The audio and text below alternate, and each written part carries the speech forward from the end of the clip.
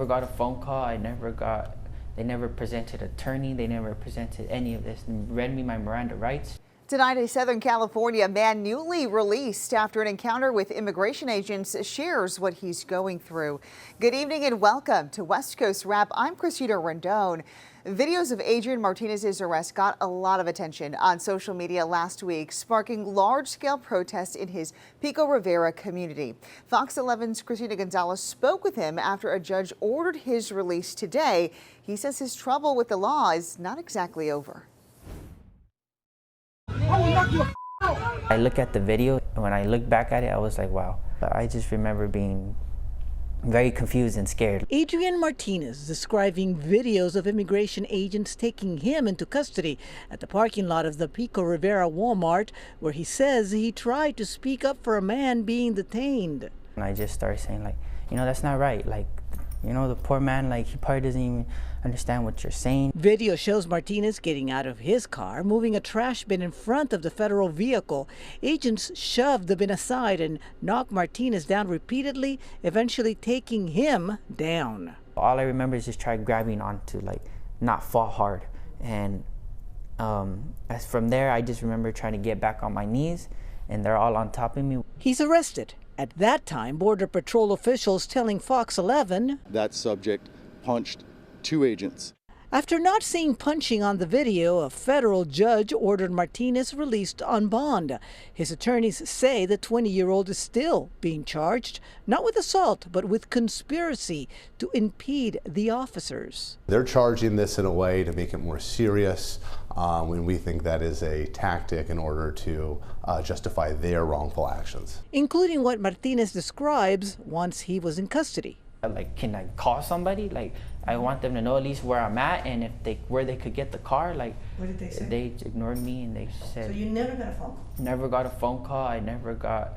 They never presented an attorney. They never presented any of this and read me my Miranda rights. Martinez was born in the U.S., says he was taken to the immigration holdup in downtown L.A. It was barricaded up.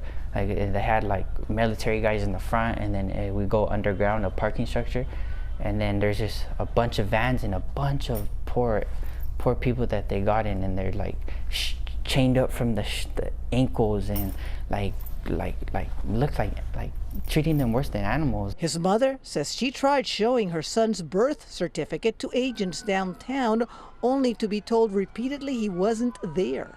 They lied to her face and they lied to me. What makes you the angriest? You think that these people are supposed to protect, and that's not protecting. I mean, you don't even know who to believe, who to trust. You see, Martinez has a cast of sorts on his leg. He claims he was also injured during that scuffle, but that he was not allowed to see a doctor while detained. In Pico Rivera, I'm Christina Gonzalez, Fox 11 News.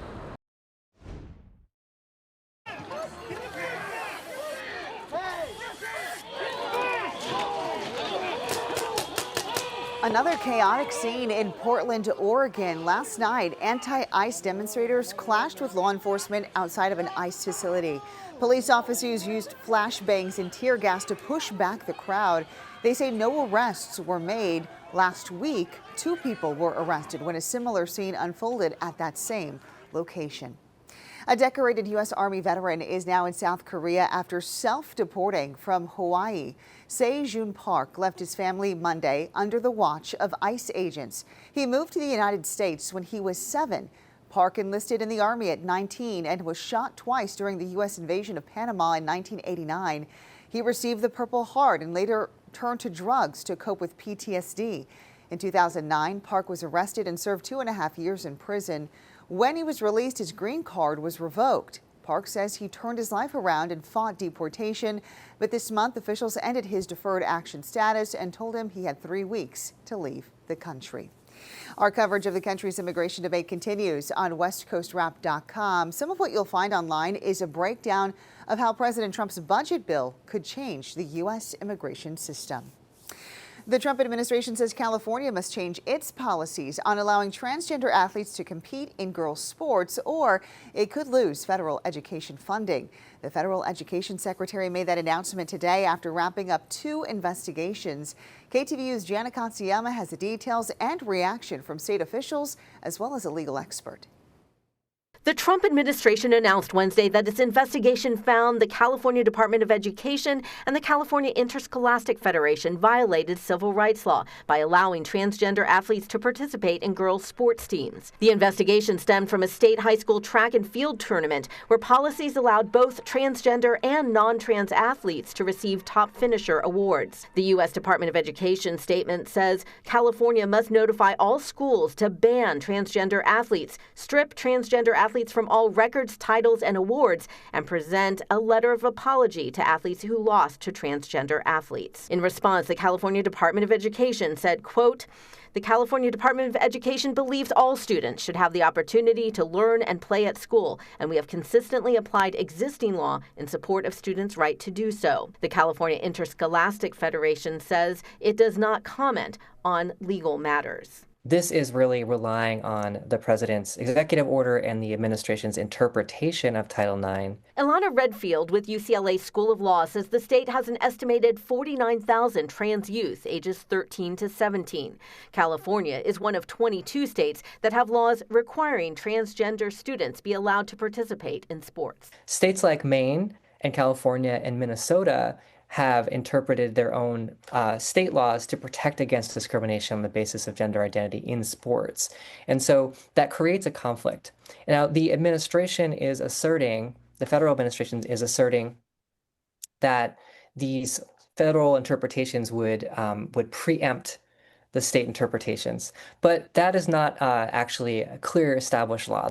California Attorney General Rob Bonta's office sent this statement saying, quote, "We are reviewing the proposed resolution and closely monitoring the Trump administration's actions in this space. Our office remains committed to defending California laws and the rights of all students to inclusive education environments and school athletic programs." The federal order gives California 10 days to change policies. Reporting from the newsroom, Jana Katsuyama, KTVU, Fox 2 News. Earlier today, we spoke with San Jose State professor Sean Fletcher. He said the Trump administration is injecting politics into a volatile issue. That there is a pathway forward to try and somewhat retrofit this binary competitive landscape that we have all operated under within, including myself and my family, and that ultimately there is a way forward. Fletcher said that sports governing bodies should bring athletes, schools, and others to the table to have a dialogue about how to create an equitable situation for all of those involved. Tonight, the ceasefire between Israel and Iran seems to be holding. President Donald Trump back in the U.S. from the NATO summit, saying that U.S. and Iranian officials will talk next week. That is creating some cautious hope for longer-term peace in the Middle East, even though the Iranian government says it will not give up its nuclear program. The White House and Israeli leaders insist that the U.S. bomb attack obliterated a key Iranian nuclear site, despite an early U.S. report that some capability may remain. That dropped the bombs precisely in the right place know exactly what happened when that exploded. And you know who else knows? Iran. That's why they came to the table right away.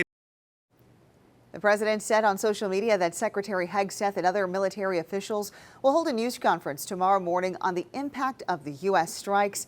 He also lashed out at media outlets that reported on the classified assessment.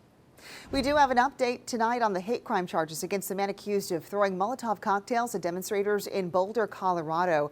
A federal grand jury is indicting Egyptian national Mohammed Solomon on 12 hate crime counts for the June 1st attack in which he allegedly hurled those explosives at a group supporting Israeli hostages. The indictment accuses Solomon of trying to kill 8 people and targeting them because of their perceived or actual national origin. Solomon also faces other felony charges for his use of fire and explosives. People heard booms and saw smoke coming from a plane flying over Las Vegas today. Coming up, American Airlines explains what happened. And in weather, here's our live camera in Phoenix right now with lots of sunshine. Still temperatures in the triple digits, and it looks like we could be tracking warmer temperatures as we head toward the weekend. We'll have the update coming up. I apologize for my actions, absolutely not. No remorse in a chilling jailhouse interview. Tonight, a man admits to killing an Arizona pastor and reveals he had plans to kill more than a dozen other people across the country.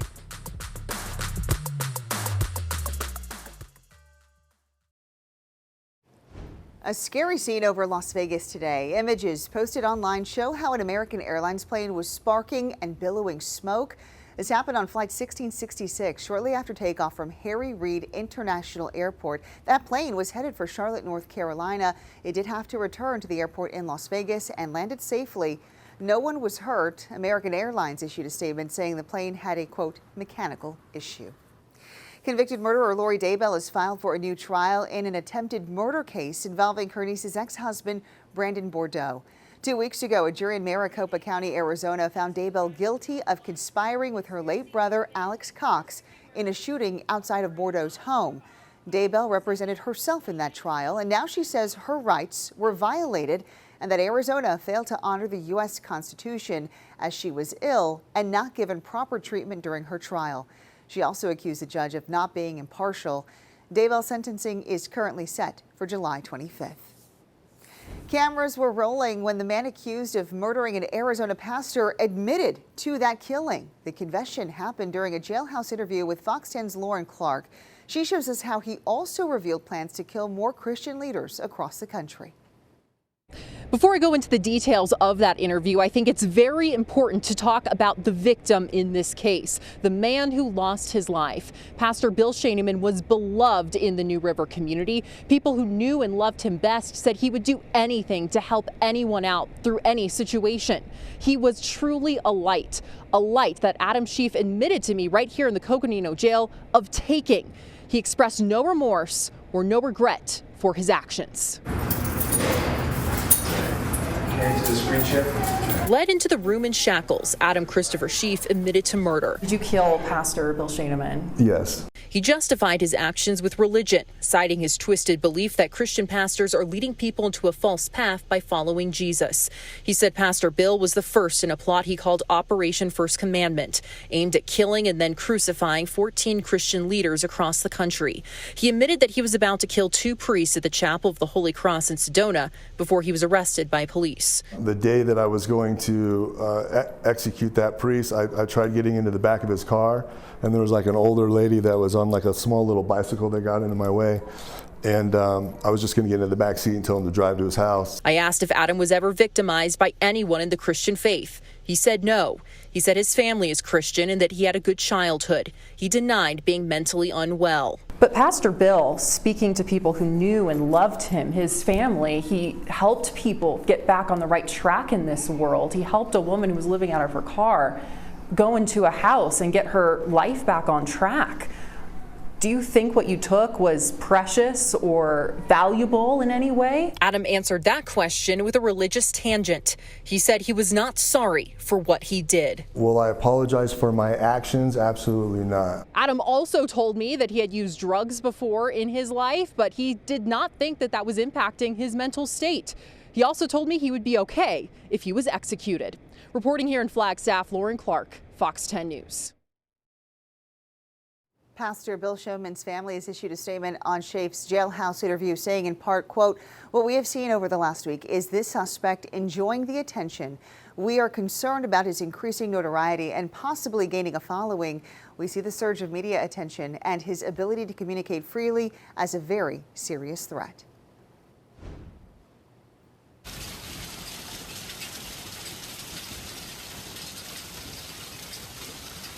Storms crossing Colorado came packed with hail and heavy rain today. These images posted online show some of what people faced in Longmont, north of Boulder. Let's bring in KTVU Chief Meteorologist Mark Tamayo, who is tracking the storms and other conditions across the West. Hi, Mark. Hi there, Christina. Yeah, in fact, over the past hour or so, some more storms developing for this portion of the West Coast. As you can see, the radar very active. Here's Denver.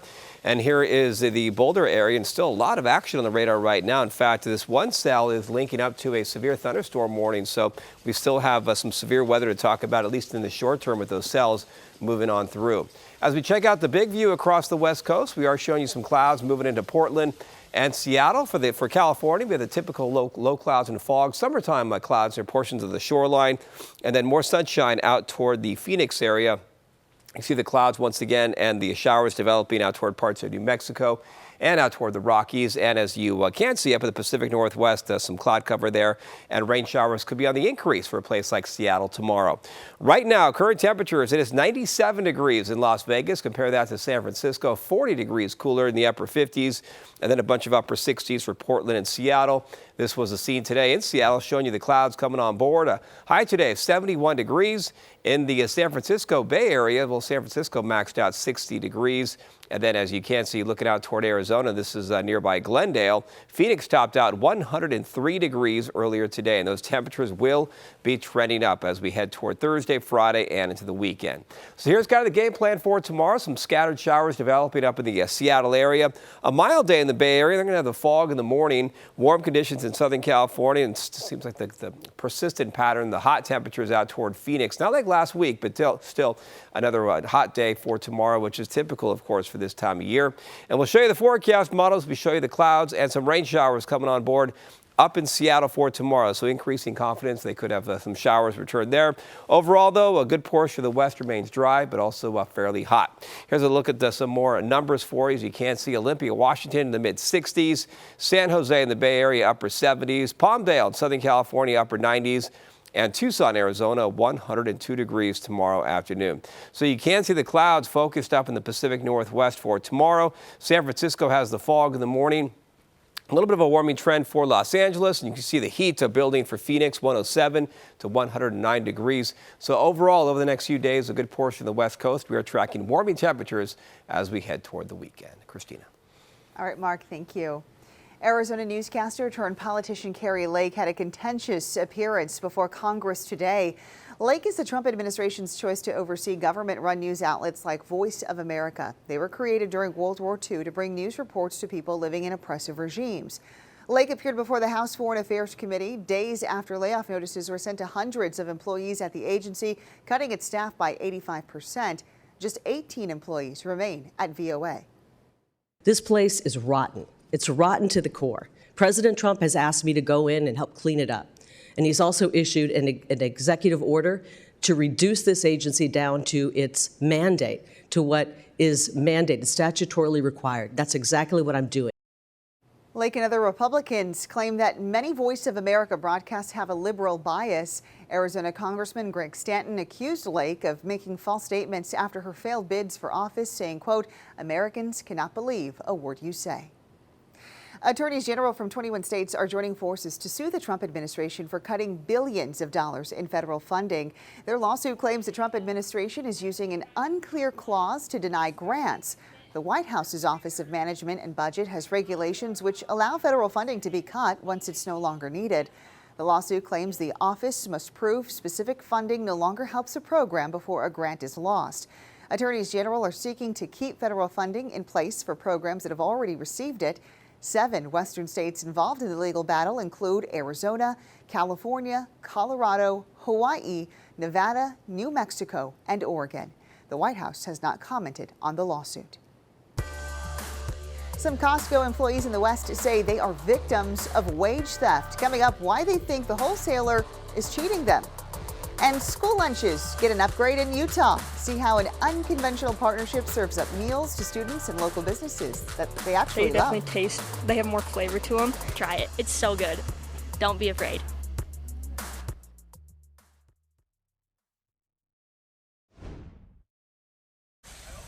Some Costco employees say they are being cheated. More than 100 unionized workers in Washington have filed complaints with the state's Department of Labor and Industries.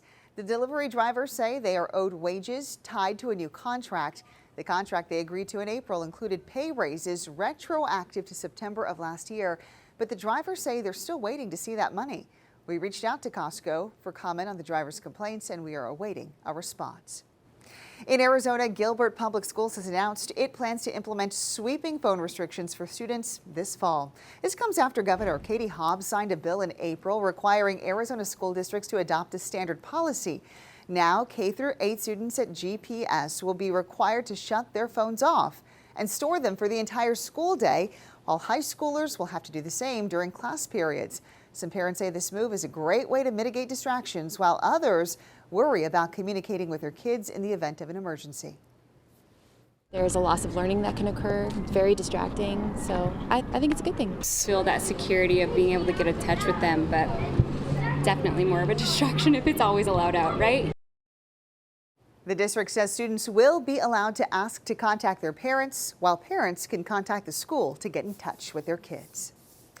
A new partnership between some Utah schools and ranchers has some students rethinking the concept of lunch. Fox 13's Ben Winslow shows us how they're welcoming bison on the menu. In some schools, they're not serving your typical hamburger for lunch. It's a good meat. Our kids love it.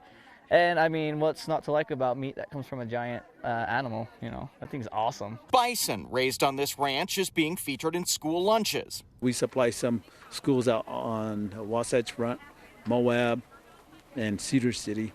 But this type of event helps us get the word out to, say, more school districts and whoever that's interested in that we are a USDA product. I'm Ben Winslow on Ute tribal lands in eastern Utah. This is a working bison ranch, and some of the products they're making are winding up in local schools for lunch. Oh, yeah, he's looking right at us. On Tuesday, students and state agriculture officials came to the Ute tribe's ranch to see the bison raised here for meat. Like seeing the bulls and the cows, it's like a unique experience because you don't get to do that unless you go to Yellowstone or something. The tribe has operated this ranch since 2015. The bison do require a little bit more thought just because they will walk through a fence like it's nothing. Bison is considered leaner than cattle with a good flavor. It has a rich taste. It's high in protein, very lean, ultimately a really good product. The Utah Department of Agriculture and Food's Farm to School program helps introduce local produce and proteins into more schools. They've been a good way for Ute tribal enterprises to get its products out there, as well as selling to local markets. It's not easy to, market your product to schools, and they've successfully done it, and schools love their meat and the kids love it. While federal grants for the bison have expired, 100% of the schools said they'll continue purchasing, and we've had a lot of schools reach out who didn't originally have bison, who heard about it and now really want to serve it in their cafeterias. So how does it taste? Let's ask members of the Moon Lake Future Farmers of America. I think it's way better and it's not as scary as people make it sound. Buffalo steaks, those are my favorite. They definitely they have more flavor to them. Try it. It's so good. Don't be afraid. Now, the tribe is also looking at a partnership with the University of Utah to serve bison on that campus. On Ute tribal lands, Ben Winslow, Fox 13 News, Utah. Finally tonight, some lifeguards in the West are warning beachgoers about the dangers of stingrays. At the same time, some UCSD grads are showing off boots that they've invented to make it easier to avoid the fish's painful sting. These boots are called dragon skin right there. The inventors met in school and started developing these boots shortly after graduation. Estimate that if you're in Southern California in the summer, it's about 30,000 times more likely that you'd be stung by a stingray than attacked by a shark. We get people who come to us talking about, life damage from nerves getting severed or tendons getting severed in surgeries that they've had to have. The boots feature a multi-layered design that protects against stings. They are being sold online. Thanks for joining us tonight. I'll see you tomorrow night right here on West Coast Wrap. We hope you have a great evening, West Coast.